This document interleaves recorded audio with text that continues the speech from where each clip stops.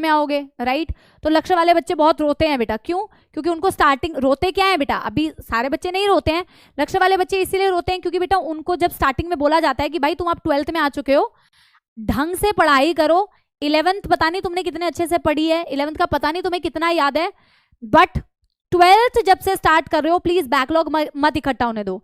जब बेटा अप्रैल में बैच स्टार्ट होता है ना, तो बच्चे बहुत मोटिवेशन के साथ में बैच स्टार्ट करते हैं, और जब क्या बोलते हैं एंड आता रहता है तो उनके इतने बैकलॉग इकट्ठे हो जाते हैं। और तुम लोगों के भी बहुत सारे बैकलॉग इकट्ठे हुए होंगे, यस और नो, सच बताओ, तुम लोगों में से कितने सारे लोगों का बेटा बैकलॉग इकट्ठा हुआ होगा, यस और नो। हम डे 1 से बोलते हैं बेटा बैकलॉग मत इकट्ठा करो, बैकलॉग मत इकट्ठा करो, तुम लोग बैकलॉग इकट्ठा करते हो, फिर तुम्हें आती है मौत। अब बेटा जो भी टाइम है, जो भी टाइम पीरियड है, इस वक्त जो तुम जिस सिचुएशन में हो, जितने मर्जी तुम्हारे बैकलॉग इकट्ठा हो गए हैं, अभी से चालू करो वापस से पढ़ाई करना बेटा, क्योंकि अभी तुम बेटा अभी अगर नहीं पढ़ाई करोगे फिर 2 महीने और निकल जाएंगे, फिर तुम उस वक्त में सोचोगे तो तुम्हें लगेगा कितना कम टाइम है। अभी तुम्हारे पास काफी टाइम है बेटा, अभी तुम्हारे पास काफी टाइम है, तुम 11th क्लास में हो, समझ रहे हो मेरी बात। ये जो बात बोली जाती है ना बेटा, जब जागो तब सवेरा, वो सच बात है, जब जागो तब सवेरा।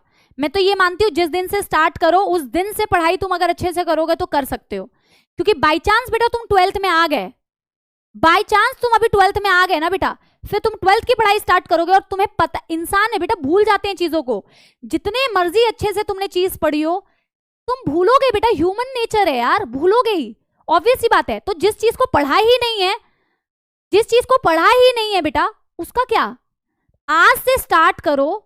बैकलॉग जो हुआ है बेटा, देखो अब बैकलॉग के चक्कर में तुम प्रेजेंट सिलेबस अगर नहीं पढ़ोगे तो वो सबसे खराब चीज है बेटा, worst thing that you can do to yourself is कि बैकलॉग पढ़ने के चक्कर में करंट सिलेबस ना पढ़ो, क्योंकि करंट सिलेबस भी बन जाएगा बैकलॉग, और वो तुम्हें बिल्कुल भी नहीं करना है।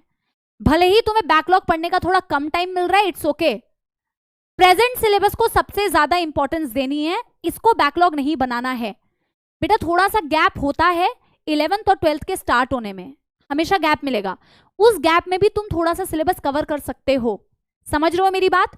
तो इस चक्कर में, और पता क्या होता है बेटा, कई बार ऐसा होता है, मैं अपनी बात अगर मैं बोलूं तो कई बार ऐसा होता है ना बेटा कि हम लोग इतना डिमोटिवेट हो जाते हैं कि उस डिमोटिवेशन में पढ़ नहीं पाते हैं, इतना डर लगता है कि उस डर में हम पढ़ नहीं पाते। मेरे साथ होता था, इतना सारा सिलेबस है, सोच के पढ़ाई नहीं होती थी, और उस चक्कर में और टाइम वेस्ट होता था। वो मत करना, डरोगे और डिमोटिवेट होगे तो जो तुम्हारे पास टाइम है ना बेटा वो भी वेस्ट हो जाएगा। मेरे साथ बहुत होता था ये।